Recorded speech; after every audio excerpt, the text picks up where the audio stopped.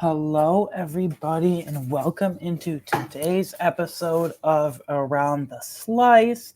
Today is Thursday, August 22nd, and we have the Bills' final preseason game against the Carolina Panthers 2 days from the time of this recording on Saturday, August 24th. So I'm, of course, here to preview that today for all of you. But before we get into any specifics about game preview and matchups and all that, what to watch, what players to watch, and all that good stuff, I unfortunately had some pretty big Bills injury news to go over. There's kind of a lot here. Man, this team can just not catch a break before the season even starts, right? Like, this team is really banged up right now on offense and both defense. It's a pretty bad situation. Anyway, players out multiple weeks due to injury. This is all right from the mouth, according to Sean McDermott in his press conference with the local beat reporters and media earlier this week at One Bills Drive, at Bills practice in Orchard Park and One Bills Drive, like I just mentioned. Played out multiple weeks due to injury. QB Mitchell Trubisky. Apparently, he has like a knee injury, so he's probably headed to IR. Now, I've been Mitchell Trubisky's biggest critic over the first 2 weeks of preseason. He's been disgusting to watch. I'm sorry, but he's been so gross to watch. He has the slowest motion in the world, I feel like. He has to throw his receivers open, and even then he has to confirm that he's open space. It just looks like everything. I heard this described the other day by another podcaster, and I think it's rings true to this day. When he's out there, Mitchell Trubisky, that is, when Trubisky's out there, everything looks hard for him. Everything is a struggle for him. Everything is such a chore for him. Everything looks just so hard and difficult for Mitchell Trubisky. And even though I've been his biggest critic, this does make obviously you have Josh Allen, but QB2 now is probably out for the first 4 weeks of the season on IR. And over the last 2 years, QB depth has been QB depth has been stressed more than ever. Because 66 starting quarterbacks, different starting QBs, started in 2022. And then last year, in 2023, it was tied also 66 different quarterbacks started at least one game. It just so happens that Josh Allen has the longest starting streak with no injury, or longest starting streak, bottom line, without injury or anything else. But in the NFL, by far. It was Aaron Rodgers a second before he tore his Achilles last year, but it was still Josh Allen by far. And now it's Josh Allen by miles by far. But we can't count on that. Is he going to be perfectly healthy? Knock on wood, I hope he is for the rest of his career and many, many, many years from now, but who knows? Now, this does impact QB2, even though I didn't like Mitch Trubisky, and I had no clue why Brandon Beane and Sean McDermott and the Bills, Brandon Beane specifically, because he's the GM, he swooped in really quickly. I have no idea why he was so eager to bring back Mitchell Trubisky, but that's besides the point now, because he has a knee injury. So it's Josh Allen, that's Anthony Brown, and Ben DiNucci. Okay, those two are bad. That's like a Shane Buechele, probably even a little worse, honestly. Those two are battling for QB3, a practice squad job. This team is going to carry 2 QBs, but that's not a legit backup quarterback. Freaking Anthony Brown and Ben DiNucci are not a legit backup quarterback. What I would do, personally, here's the scenario. The Browns have 4 quarterbacks. They had Deshaun Watson. They signed Jameis Winston in free agency. They signed Tyler Huntley away from the Ravens division rival in free agency. And they have DTR, Dorian Thompson-Robinson, as a 7th round pick in 2023 at UCLA. So they stockpile 4 QBs. I don't think they're going to outright cut DTR. So I would consider. Now, they probably stockpiled all those initially as a fallback option, but Deshaun Watson seems like he's healthy and good to go. I personally don't have much inspiration in him. And it's not just because of the sexual assault thing, getting on a tangent here. I don't want to, but I just don't think he has it in him anymore, not even close. So I would maybe consider trading for DTR. Some people think that'd be Cup. I don't think the outright cut. He's not some big talent, but I still believe in the kid going into the second year. I would try to trade. I know this might sound steep for a backup QB. Go trade a 5th round pick for Tyler Huntley and be done with it. I love Tyler Huntley. I especially love when the backup QB plays a similar style of football to the starter. So when a backup, heaven forbid the starter gets injured like Josh Allen, the backup comes in and takes the reins, if you will. Take the reins, if you will. And you don't have to change the offense much with the OC and head coach and all that. You don't have to be scrambling with who plays where. You can still run similar style of offense. Tyler Huntley, very good mobility. Tyler Huntley, very underrated arm, very strong arm as well. Go trade a 5th-round pick for Tyler Huntley, and I think that would work out perfectly. Next injury out for multiple weeks, MVS. He has a neck injury. Now listen, I wasn't the biggest fan of MVS. By all accounts, he had He had a pretty bad training camp. And then 2 weeks ago, the one target in the first piece of the game against who was it? Colts, Steelers. Against the Bears defense, MVS was still playing well into the third quarter, so he was clearly fighting for a roster spot with some of those other depth receivers that we'll touch on later on. Now in his absence, he dropped his one target, and then he caught his one target last week against the Steelers. I kind of didn't touch on this in my recaps, this reaction episode last week, but he caught his one target, and then he got kind of rolled up on by a defender. His body twisted awkwardly. I know that sounds kind of weird, but his body twisted up awkwardly, and he was clearly in thriving in pain. It was not very good. Even though I don't like MVS, his chances, I think the signing was kind of overblown. People had too big expectations for him. What can he do?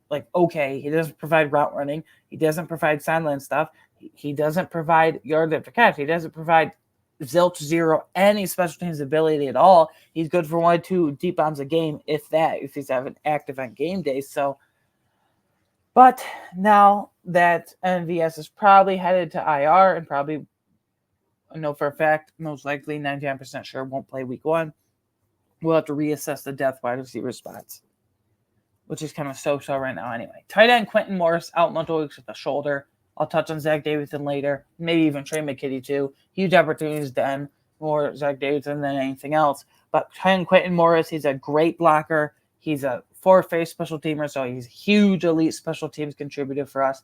And he catches 1 or 2 passes a game. That's literally, not a game, a year even.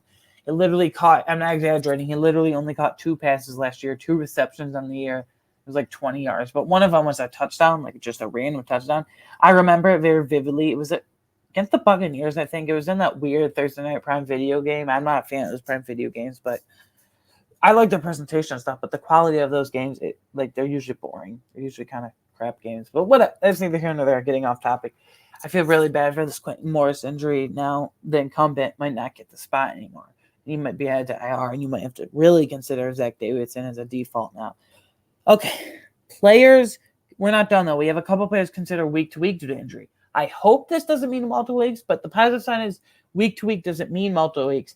With Trubisky, MVS, and tight end Quentin Morris, Sean McDermott confirmed it would be multiple weeks. He didn't say multiple weeks here with Curtis Samuel and safety DeMar Hamlin.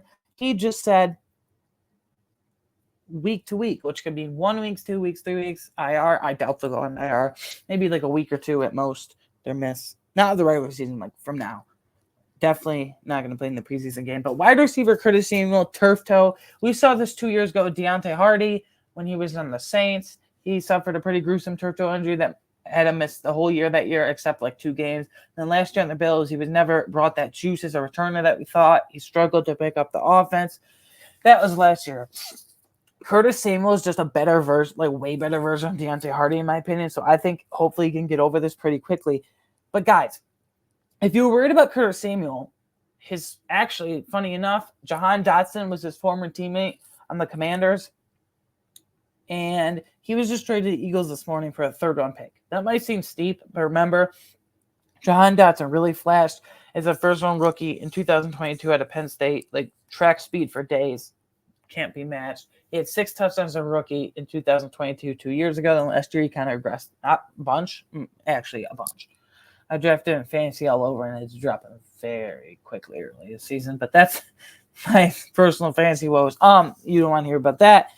But Curtis Samuel used to be his teammate, and I would have given up a 3rd-round pick. The Bills could have done that easily for Jahan Dotson. Instead, they let him go to the Eagles for a 3rd-round pick. At least it's NFC. Not that big of a deal. Sorry, it's kind of out of frame there. not that big of a deal, but I don't know. I would have done that personally if you're worried, even if you're not worried about Curtis Samuel. Like a receiver room of Curtis, this is in no order, but particular order. Curtis Samuel, Khalil Shakir, your top five being Curtis Samuel, Khalil Shakir, Keon Coleman, Jahan Dotson, and Matt Collins. Like that's a good mix of very diverse skill sets, and that's like a very underrated group as is. So, and then safety DeMar Hamlin apparently has a hamstring injury. You know these hamstring injuries lingered. It's lingered with Mike Edwards especially. I think Cole Bishop's is like a shoulder injury, not hamstring, but still has this lingered as well. This whole safety room, this is an atrocious situation to be in right now. Like this is very, very concerning. Like high alert here. Like, you know, we got to be on alert here because Mike Edwards has been injured for multiple weeks. Cole Bishop has been injured for multiple weeks. DeMar Hamlin now has a hamstring injury, and those are, let's be honest, a pain in the ass to deal with because they could linger. From a team and personal player perspective, they're a pain in the ass to deal with because they linger. So yeah, I'm very concerned. What, you're gonna throw Sarah, Kareem Jackson, and Cam Lewis out there? And apparently Sean McDermott announced this morning that this is just insane, but newly signed ex-Rams and Commanders player, Giants, I guess too, Terrell Burgess, safety, injured his hamstring and tweaked his hamstring, whatever you want to call it, and term it as last night. What am I saying? Yesterday in practice.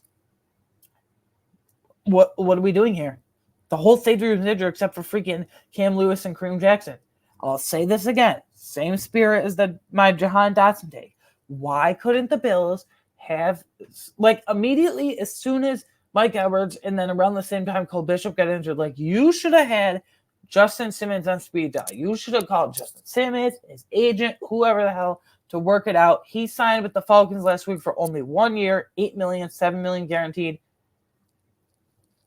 1 year, $8 million, we could have done easily. And I'm even more mad about that one than Jahan Dotson because Justin Simmons is a much, much, much proven player. He's way older. He's only 30. He just turned 30 back in March. Is he that all pro year in and year out caliber safety every year anymore? No. But is he a Pro Bowl caliber safety? Borderline? Yes. I think he's become a little underrated because he's stuck around that long. Like that really makes him sad. The freaking Brandon Bean. Come on, man. 1 year, $8 million. You could get Justin Simmons that. And then who the hell knows if Micah Hyde's coming back. They keep dancing around it. I wish Micah Hyde, no shade towards him, but would make a freaking decision so we don't have to sit here and keep guessing. I guarantee you we're on cut down day in the next week. Within the next week, that is. Tuesday, 27th by 4 p.m., as you know, or may not know, I guess. All teams have to get down from 90 to 53. So, yeah, I mean, Micah Hyde, please decide so we know what the hell we're doing going into the season. Anyway, here are my general thoughts going into the third Bills preseason game, which, again, this preseason game is 2 days from now at the time of this recording. So this Saturday, this Saturday, August 24th at 1 o'clock p.m. In Orchard Park, New York. Technically Orchard Park, New York at Highmark Stadium. It's Kids Day at Highmark Stadium. 1 o'clock p.m. broadcast on CBS locally. If you're nationally, I don't know. NFL Sunday Ticker or something will probably have it. Actually, I think it's only regular season. But luckily, I am Rochester local. Whatever. Besides the point. What I'm looking for, just a general thought before we get into who to watch and whatnot, you could make a very good and valid argument and solid argument that the third preseason game is the most interesting and intriguing out of the three. The starters usually always play in either the first and or second preseason game, which Allen and the starters played in the first preseason game, at least the first quarter, and then all the starters played in the first preseason game, the second preseason game versus the Steelers last week, I should say, besides Josh Allen because it was raining. So there's no starters in the third preseason game, but this is when players really rise to the moment. This is when inspirational stories, come about. This is when guys really push for those final few, maybe more, roster spots.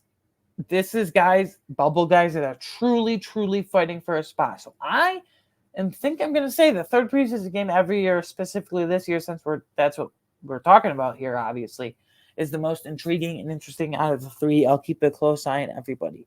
Now, players that likely won't play in this game Saturday, against the Panthers due to injury. Offensive lineman Travis Clinton, I'm like that he can play guard or tackle. When he was drafted, I thought he was too big to play tackle because there's no such thing as too big. Tackles are more, tackles are taller and a bit slender, and guards are more, bulkier and shorter and have a stumpier build. But I like he can play both, but he's in the same boat as defensive tackle Gable Steveson. I mean, these two guys didn't put on pads till just this past training camp and into preseason this year. They need to simmer, if you will. They need to simmer and kind of marinate, if you will, on the practice squad for 1 or 2 years, if then. And then defense line Casey Tuo, I'm not he's just gone for a roster spot. I don't really care. Linebacker Nicholas Morrow, safety Cole Bishop, safety Mike Edwards, and then safety Terrell Burgess. Holy my God. I said I'm kind of not flipping out, but I'm kind of saying all this because this is not a good. This safety room freaking sucks right now. I'm sorry, but it does. Whether it's just due to poor play or injury, mostly injury. And then last guy who won't play, you guessed it, linebacker Balin Spector. I have hammered this home numerous times, at least 2 or 3 times the last few episodes. I'm done. I'm ready to wash my hands of Balin Spector. Forget it. It's over. I am going to say this. I will stake my claim here right now. This take might come back to bite me in the you-know-what, but I don't really care. I am willing to take the flyer on Joe Andreessen. Very cool story we know about him. I'm willing to take the flyer on Joe Andreessen and see what he develops into at the next 1 or 2 years at the very least, then continuing to try to make the Balin Spector IR circus every single year work. Enough is enough already. Brandon Beane and especially Sean McDermott have this really weird unconditional love, I feel like, for Balin Spector, and they just are so hyped on him. Balin Spector. I don't care. The guy's an IR mess. The guy's an IR circus, so I'll take a shot on Joe Andreessen, Deion Jones, Eddie Lufosio, Nicholas Wrong, depth veterans, and a rookie in Eddie Lufosio. Guys like that, as opposed to trying to make the whatever you want to call it, but inspect the IR circus, experiment, every single year work. I don't care. I'm done. I'm washing my hands of him. The guy can't even wake up in the morning without getting injured. He can't even walk to the grocery store without getting injured. He can't even cross the street without getting injured. You see my point here? So, yeah. Players on offense I'm most looking forward to seeing for me personally versus Panthers. Last week against the Steelers in my Bills Steelers preseason game preview, I only gave you 2 players I'm most looking forward to, but this is the last preseason game. Let's expand and broaden our horizons here. I don't have a cap or limit on this per se. I'm just going to name some positions and players I'm most looking forward to without any specific limit. Wide receiver depth, and that consists of Tyrell Shavers, Jameer Byrd, KJ Hamler, Andy Isabella, Justin Shorter. I'm going to rule out Justin Shorter for the 53 because the only one red zone target he got last week, and I think his only target reception. I don't think he has a single reception through 2 preseason games. And I think that's his only target of the 2 preseason games as a whole. But the only one he got from Mitchell Trubisky was in the end zone. And I understand that it was underthrown. I understand it was a fade route that could have been much better and higher for Mitchell Trubisky. That's so bad. But fight through contact. That was just pitiful effort. Fight through the corner. Fight through the DB and draw a flag. Make the refs notice how he's holding you, how he's hampering you down. I don't know. I think there's I won't say great, but or pretty decent even. I think there's a decent enough shot that Justin Shorter gets claimed off the waiver wire once we cut him. Because remember, he has more than 4 more accrued seasons. So it would be waived and go on the waiver wire. And then the draft order is descending priority after that. You can research that more if you want for all the details there. But anyway, back to Justin Shorter. If he gets claimed, great. If he doesn't on the practice squad, great. But if he gets claimed, oh well, move along. He's rigid. For a guy that's 6'4", 220 pounds, he's rigid. He's raw. His movements aren't very well. He's kind of a special teams mess. That's quote unquote what he's known for, being a gunner on special teams, and I don't think he is. And then KJ Hamler and Andy Isabella. One guy, KJ Hamler, can't even catch a punt, and he was brought in to do that. If you can't do that, see you later. Andy Isabella is track speed for days, can't catch me speed, as they say, for days, but like, if you can't break tackles on a punt return, at least try and give more effort than whatever. And I don't think you're going to have Andy Isabella and KJ Hamler both back in your practice squad. This might sound harsh, but that's kind of stupid that's kind of pretty stupid in my opinion, because those guys literally do the same exact thing. One can't catch a punt properly, cleanly, and then one can't give effort to at least break a couple tackles here and there in the punt return. So they both got their own issues, very similar skill sets. They provide nothing on offense. They're, punt returners, but they can't even do that very well. So I guess I'll have Indy Isabella back in the practice squad and see what happens with KJ Hamler. And then Damiere Byrd, he hasn't really had a whole ton. Like, I think between kick and punt returns combined, he's only had 15 kick and punt return opportunities, like I just said, combined. So hopefully he gets more. Damiere Byrd. Tyrell Shavers, just by default, because the MVS likely headed to IR with this pretty severe neck injury, it sounds like, somewhat severe. I think if they keep wide receivers, a fifth wide receiver, unfortunately, I do think it would be Damiere Byrd because he's a veteran who's always hung around. But if they keep 6, I think it's by default Damiere Byrd and then Tyrell Shavers as wide receiver 6. But maybe they want to take one off to go heavy at a different position, like a 10th offensive line, a 6th defensive end, more linebackers. Maybe you find one off the waiver wire or whatever.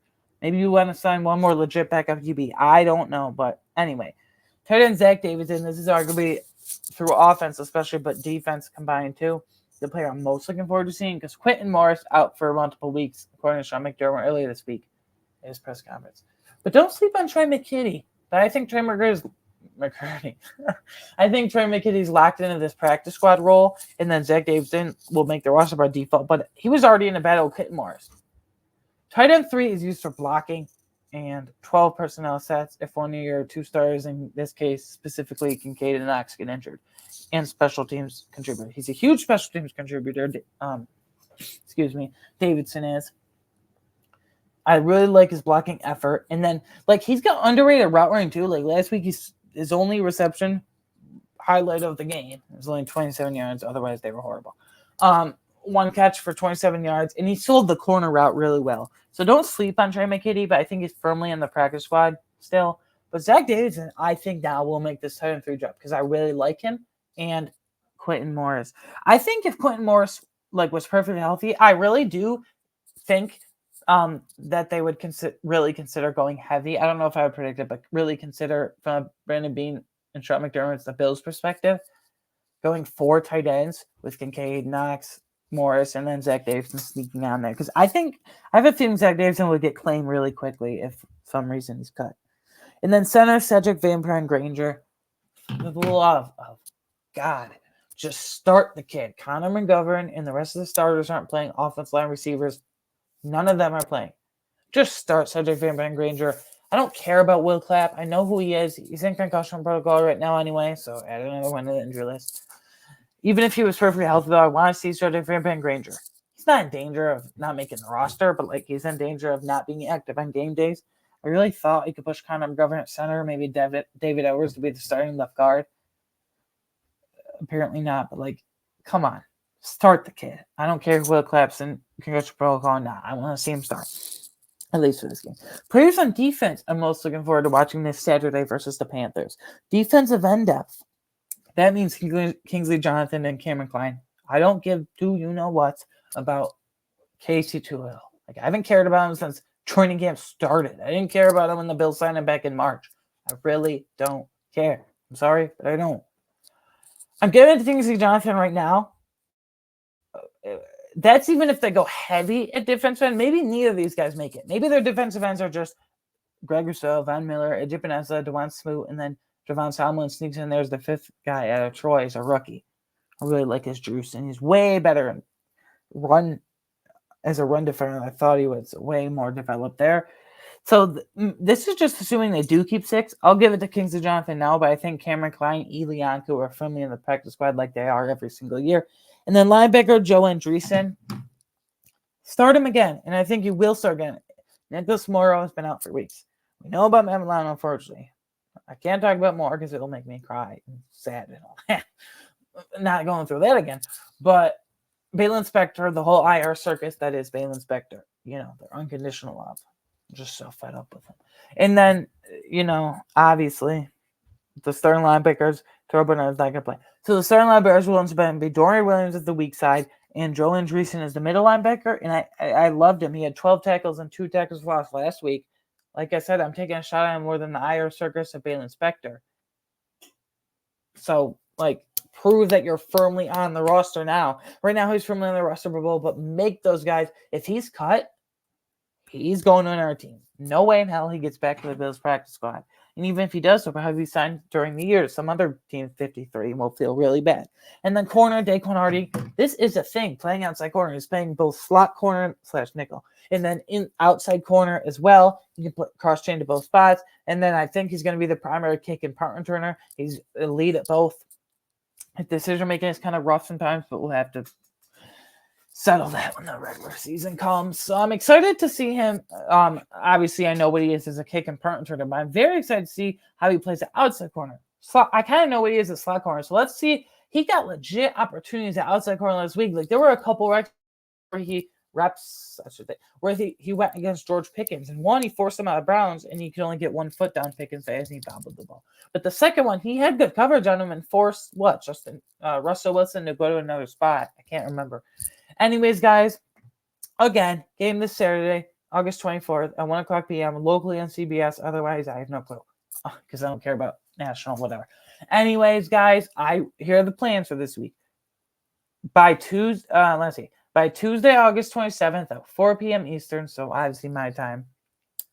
By Tuesday, August 27th at 4 p.m. Eastern, NFL teams have to cut their rosters down from 90 to 53. When you really think about it, it's kind of a sad day in the NFL because players have been working their asses off all training, all OTAs, all training camp, all preseason, just to be told, sorry, you're not on the roster anymore and hope you get claimed or back to the practice squad. So it's kind of a sad day, but for podcasters like me, I'll be here for you guys to cover it all. This is my plan. So the game Saturday, August 24th, the day after this in a few days. On Sunday, August 25th, I'm going to combine. I will be back for a recap of the Bills-Panthers game. Hopefully it's a good one, upbeat one. And then at the end, I'll have a quick 10 or 15-minute segment, however long it takes, on my finalized 53-man roster projection because we don't have time to split those up. So Sunday, look out for a big, I don't know what you want to call it, mega episode, monthly special, whatever. I'll get that to you guys with a reaction / recap, hopefully a positive one. And then my finalized 53-man roster projection. And then 2 days later, we'll have the roster. Then we'll react to that, any surprises, break it all down. Anyways, guys, we are getting so close to the season. I can feel it. This season for Around the Slice, for this YouTube channel or wherever you're listening or watching, I appreciate it. It's going to be really big for the brand. So hop on board if you're not already. Speaking of that, you can follow me personally on Twitter at aWeingartner13. I'm over 400 followers on there. Thank you. And then you can follow Sean on Twitter at Around Slice. Professionally on Twitter for the show, once again, at Around Slice. And then you can watch or listen to this podcast on YouTube, Apple, or of course Spotify, or wherever you get your favorite podcast, whatever app or wherever you pod. Most likely Around the Slice will be there for you every week during the season, multiple times a week. We'll finalize that schedule when we get there, though. Sorry, can I cut off here? We'll finalize that schedule when we get there, though. And lastly, a couple more things. I started a second YouTube channel called Around the Slice Entertainment, so it's still under the Around the Slice brand, obviously. It's where I cover movies, TV shows, video games, or in anything and everything in pop culture, nerdy stuff like that. So if that sounds like it'll interest you, come on over to YouTube. If you're not watching on YouTube already of this channel, I'll put it down the link below of this podcast video, episode, whatever you want to call it, an episode video, everyone going forward. And also on that channel, my brother and I do a bi-weekly podcast. My little brother and I do a podcast every other week reviewing animated movies like Pixar, behemoth studios like Pixar, Disney, Marvel stuff, DreamWorks, your favorite animated studio. So if that interests you, click the link below on YouTube. And then lastly, I know this is a lot of plugs, but lastly, I'm at 25 subscribers right now on this channel. Right here, the Around the Slice YouTube channel, that is. My goal, 25 right now, and my goal is to get to 30 subscribers on this channel by by the time the Bills kick off Sunday, September 8th at 1 o'clock p.m. against the Arizona Cardinals. So please, please, please help me get to that goal. Just 5 more subscribers. I know you guys can do it.